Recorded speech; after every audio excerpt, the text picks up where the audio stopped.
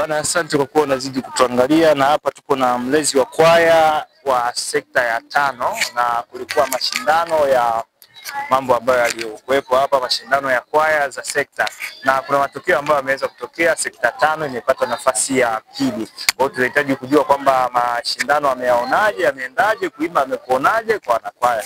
Tumsifu Yesu Kristo bwana. Milele amina. Naendeleaje na familia? Tunashukuru Mungu, kwa kweli. Natumaini ulikuwepo kwenye mashindano ya sekta. Kwanza kwa majina, mimi naitwa Alfonso Bita wa Fataki. Okay.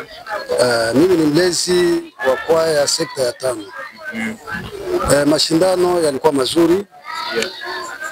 Ila tu niliona kwa kweli kama kulipitika na udanganyifu wa kuiba kura. Sekta ya 5 ilikuwa vigezo vyote ilimaliza kabisa vizuri tu, sababu iliimba kama kuimba, iliimba vizuri. Alafu kigezo cha kwanza ilikuwa ni dakika 77, ilitimiza zile dakika 77 kwa nyimbo zote hizo 3. Lakini sasa mshangao, walioboronga kuimba na waliopoteza muda kwa kuimba, yani kupitisha dakika 7, walifikisha hata dakika 10, na tena wao maadili ya mavazi yalikuwa mabaya, kuonesha kifua wazi. Lakini yani kama sintafahamu kuona wao tena ndio wamepata kura, eti wao ni wa kwanza. Kwa hiyo unahisi kwa upande wako sekta 5 kigezo gani ambacho kilikuangusha? Mimi kwa kweli sikuwa na kigezo chochote cha kuniangusha. Hakuna kigezo chochote kile, sababu kama kuimba tulimba vizuri sana na hata wao walifurahia. Pia sikuwa na kigezo kama vile kupoteza muda, sikupoteza muda. Mavazi yetu yalikuwa ni mazuri, tunavalia kabisa kikanisa. Sikuwa na kigezo chochote, lakini pia tutambue kwamba mlikuwa mmepewa nyimbo 3 za kuweza kuperform pale kama nyimbo za mpangilio wa mashindano. Zilikuwa ni nyimbo 3. Nyimbo gani ambayo uliona labda waliboronga kidogo hivi kwa kati ya zile nyimbo 3?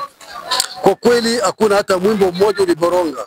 Kwanza mwimbo wa 3 wenyewe watu wote walitoka machozi, sababu ulikuwa ni mwimbo kuna maadili kabisa mazuri. Mungu kuombea nchi yetu ya Kongo, amani itakuja lini.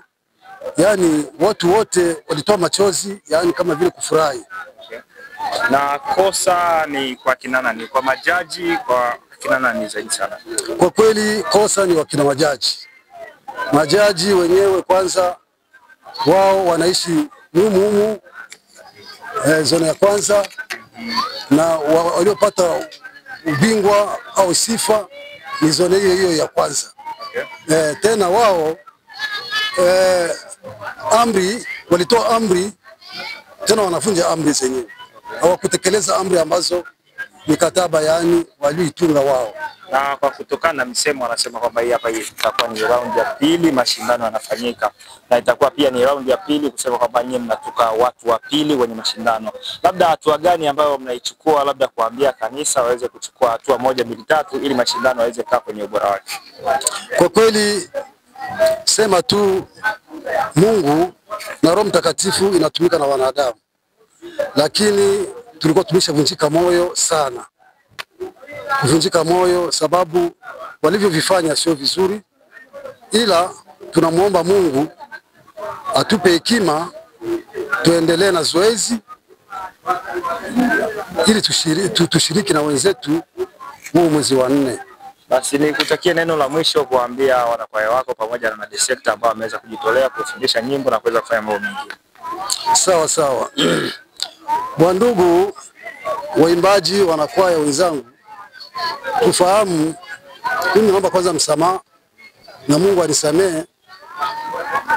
Hawa ni wanadamu wamepotoka, ni kama vile wamefanya kipendeleo moja kwa moja. Kudanganyika kwao kulitaka kunipoteza imani, kuanza imani kuwa haba, kusema hata Mungu vile vile alipendelea. Wanawake walikuwa wengi, lakini akamteua tu mwanamke mmoja Mariamu kuzaa Yesu. Sasa kwa nini na sisi wanadamu hatuwezi kuwa na kipendeleo? Hilo kabisa limenichunguza sana kwenye roho, limeniumiza sana. Ila nawaomba au nawaombeni yote tumwachie Mungu, sababu sisi hatufuati mwanadamu kanisani, mbali sisi tunafuata ni Mungu wetu, kumwimbia Mungu. Tujikaze tu na kuboresha nyimbo zetu, tutalipa mbinguni. Asante kwa muda wako. Asante sana. Sifa Yesu Kristo tena. Milele amina. Okay, huyu hapa alikuwa ni mwalimu na mlezi wa sekta 5, na hilo ilikuwa ni neno kutoka sekta 5 kulingana na kile ambacho ameweza kukivuna kwa siku ya leo. Lakini bahati nzuri amefika kwenye hatua ya pili na wamepata zawadi yao. Zawadi yenu ilikuwa ni shilingi ngapi mzee kwa hapo? Tulishukuru ni 1080. Basi ni pakubwa. Tusifu Yesu Kristo. Milele amina. Okay, asante kwa muda. Okay.